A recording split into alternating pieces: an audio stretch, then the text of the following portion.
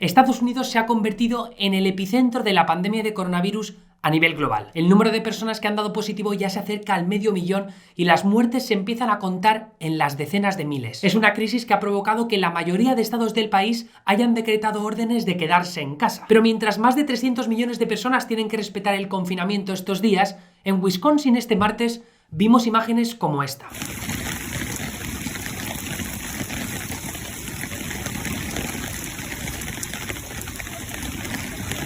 Trudy Harwood es un votante de Milwaukee que este martes ejerció su derecho a voto en Wisconsin con motivo de las elecciones que se celebraron en el estado. ¿Y por qué se celebraron elecciones? Buena pregunta. Con un posible repunte de casos en el otoño y a falta de una vacuna para la que todavía cabe esperar por lo menos año o año y medio, Estados Unidos se prepara para un debate encarnizado sobre la forma en la que se celebrarán elecciones el próximo mes de noviembre. Sí, esas elecciones en las que están en juego varias gobernaturas, las cámaras legislativas de un puñado de estados, la Cámara de Representantes, el Senado y, por supuesto, la Casa Blanca. Que ahora sí que sí, y tras la retirada de Bernie Sanders, será un Joe Biden contra Donald Trump. Así que de eso voy a hablar hoy, de en qué posición se encuentran los bandos demócrata y republicano en el debate por decidir cómo organizar unas elecciones presidenciales en tiempos de pandemia. Mi nombre es Emilio Domenech, soy periodista y esto ocurre, os lo prometo, solo en América.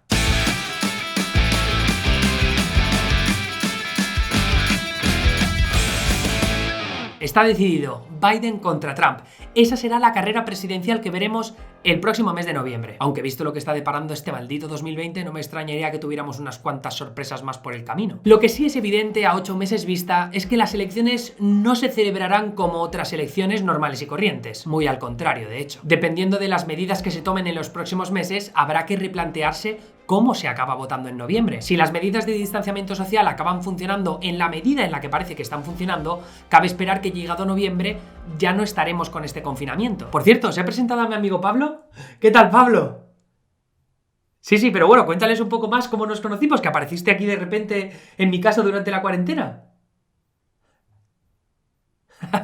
¡Qué majo! Pero ¿qué medidas de seguridad pretenden tomarse para que la gente vote sin poner en riesgo su vida? Quiero decir, hablamos de unas elecciones en las que probablemente votarán más de 130 millones de personas. Eso significa mucha gente en las mismas colas, compartiendo el mismo espacio, tocando las mismas máquinas de voto, sin olvidar que muchas de las personas que trabajan en los colegios electorales pasando lista son gente mayor. Vale, pues pensemos en soluciones sencillitas. Una opción es tomar medidas de seguridad muy estrictas para que el voto presencial no aumente el contagio. Desinfección de colegios electorales, equipos de protección individual para trabajadores, distancia de seguridad entre votantes, incluso voto en drive-thrus como los que hemos visto con los test de coronavirus. El problema es que la gente podría seguir teniendo miedo a salir de casa para ir a votar. Es un miedo que ya ha tenido implicaciones graves en la participación de algunas de las elecciones que se han celebrado en las últimas semanas. Sí, vale, en Florida y Arizona, por ejemplo, la pandemia solo ha hecho que más gente vote por correo porque es algo más habitual en esos estados. Pero en lugares como Illinois, la participación cayó notablemente en marzo, pese a que en otros estados se estaban batiendo récords en los meses previos. De hecho, el gobernador de Illinois todavía no había decretado la orden de quedarse en casa en las elecciones del pasado 17 de marzo, lo que indica que ya entonces la gente estaba decidiendo no salir a la calle por cuenta propia. Otra cosa es retrasar las elecciones de noviembre en caso de que haya un repunte de la pandemia. Una decisión de esas características necesitaría del consenso entre demócratas y republicanos en el Capitolio, porque Trump desde el Ejecutivo no puede tomar una decisión de esa envergadura según un informe de expertos publicado en 2004. El problema con aplazar las elecciones es que no hay precedentes, incluso en tiempos de guerra, y que hay tiempo de sobra para organizarse. Además, los demócratas quizá no quieran aplazar unas elecciones que pueden favorecerles si la popularidad de Trump acaba cayendo conforme las consecuencias de la crisis se empiezan a notar en casa. Y luego está la solución a priori más obvia y segura, que todo el mundo vote por correo y así no haya que obligar a ancianos y gente con condiciones médicas de riesgo a que vayan a votar. Supongo que todos estarán de acuerdo en eso, ¿verdad? ¿Pero en qué mundo vivís? ¡No seáis naifs, coño! Highly critical of mail-in voting,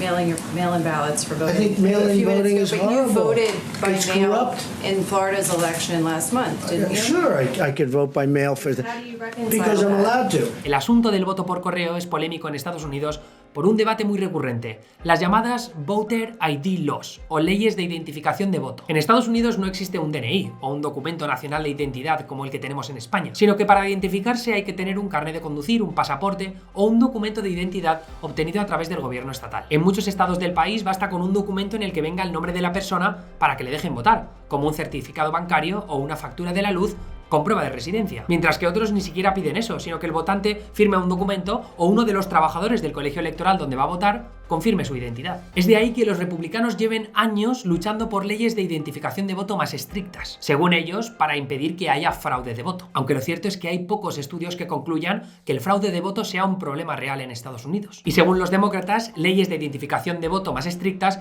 sirven para limitar la participación de minorías como la afroamericana, que representan un porcentaje alto de la base demócrata. Respecto a esto, hay estudios de todos los tipos, aunque no existe un consenso a la hora de concluir si las leyes de identificación de voto más estrictas limitan o no la participación de las minorías o de los estudiantes. Aunque sí hay estudios que confirman que en aquellos distritos en los que hay más minorías, los republicanos tienden a apoyar leyes más estrictas de identificación de voto y los demócratas en esos distritos a estar en contra de las mismas. Es decir, que por un lado los republicanos dicen tener miedo a que haya fraude de voto, pero en realidad a lo que tienen miedo es a que aumente la participación entre votantes de minorías y jóvenes que favorezcan a los demócratas, mientras que los demócratas solo quieren que no caiga la participación de las minorías o de los jóvenes, pese a que no está enteramente demostrado que así ocurre. Esto probablemente se basa en casos anecdóticos que han moldeado la visión que los políticos tienen de este asunto. Es decir, casos como el de un hombre afroamericano de 71 años en Texas que tuvo que conseguir su certificado de nacimiento y ayudarse de abogados para demostrar que había un error en la forma en la que escribieron su nombre hace décadas y así le dejaran sacarse un documento de identificación para luego poder ir a votar. O sea, cágate, lorito. O casos de estados como Alabama, donde se cerraron oficinas del departamento en el que se podía obtener un carnet de conducir para identificarte para votar poco después de que se pasara una ley de identificación de voto más estricta. Y esto es algo que afectó, evidentemente, a condados de mayoría afroamericana. De la misma forma, también tienes casos anecdóticos de fraude electoral que los republicanos usan sin parar como ejemplo para justificar estas leyes más estrictas. Todo esto lo cuento porque ese debate del fraude de voto explica la razón por la que los republicanos se oponen al voto por correo universal. Ahora mismo existen 5 estados que celebran sus elecciones enteramente por correo. Otros 26 ofrecen la posibilidad de votar por correo sin excusa. Es decir, que los votantes pueden votar por correo sin necesidad de demostrar por qué no pueden ir a los colegios electorales de forma presencial. Eso sí, este martes en Wisconsin, por ejemplo, los votantes podían pedir voto por correo sin excusa, pero les obligaban a tener un testigo antes de enviar el voto. ¡En medio de una pandemia! ¡Un testigo! Lo que nos deja 19 estados que todavía requieren que los votantes den una excusa y la ofrezcan bajo pena de perjurio. Esto lo que significa es que esos estados deberán adaptarse a la pandemia, bien cambiando sus leyes, bien declarando una emergencia que sea suficiente motivo de excusa para que cualquier persona pueda pedir el voto por correo. El gobernador republicano de Ohio, Mike DeWine, ya ha apoyado un plan para enviar solicitudes de voto por correo a todos los votantes registrados en su estado. Y el secretario de Estado republicano de Georgia hizo lo propio esta semana pese a las quejas de uno de los líderes de su partido allí. Pero por mucho que se quiera hacer esa transición, votar por correo plantea otros obstáculos. Los estados necesitan dinero para campañas que informen a los votantes de esos cambios, para la impresión y el envío de solicitudes, para la verificación de esas solicitudes, para el recuento de votos. Ya hay hasta periódicos como el Columbus Dispatch de Ohio que están ayudando a aumentar la participación en elecciones próximas imprimiendo solicitudes de voto por correo en sus páginas. Pero lejos de iniciativas privadas, ese dinero para la transición lo tienen que ofrecer desde las cámaras legislativas de Washington DC. Así que es volver a lo de antes, a que demócratas y republicanos en el Capitolio se pongan de acuerdo. El problema es que en los estados sigue habiendo una división política alarmante. En Wisconsin se votó de forma presencial pese a que había tiempo para retrasar las elecciones y a plantear otras alternativas. Pero el gobernador demócrata tardó una eternidad en tomar decisiones al respecto y luego los republicanos que dominan las cámaras legislativas del estado se negaron a plantear soluciones. Así que después de un lío en los juzgados de última hora, las elecciones siguieron adelante este martes. Este era el líder de los republicanos en el Congreso estatal alentando a la gente a que fuera a votar porque era mazo seguro.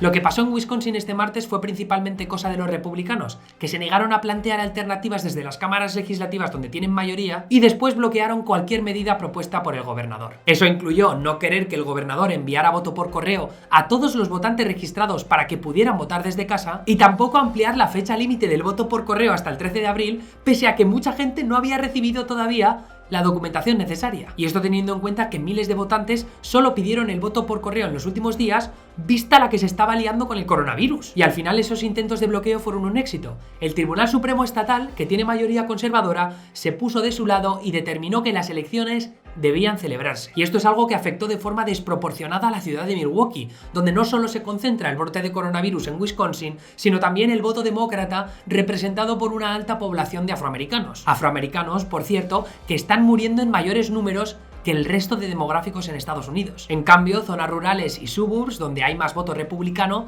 tenían colegios electorales sin colas y votos desde el coche. Y os preguntaréis, ¿todo esto para qué? Pues para la elección a un puesto de 10 años en el Tribunal Supremo Estatal, donde un juez conservador se jugaba su puesto contra uno progresista. Así está el tribalismo político en Estados Unidos, amigos. La pregunta es, ¿será esta la tendencia que veremos en noviembre? ¿Tendrán los juzgados que meterse de por medio para decidir cómo se vota en tiempos de pandemia? Queda por ver, pero solo cabe recordar lo que dijo Trump con respecto al voto por correo. Highly critical of mail-in voting, mail-in ballots for voting. I think mail-in A few minutes voting ago, is but you horrible. voted by It's mail corrupt. in Florida's election last month, didn't you? Sure, I could vote by mail for the, How do you reconcile because I'm that? allowed to.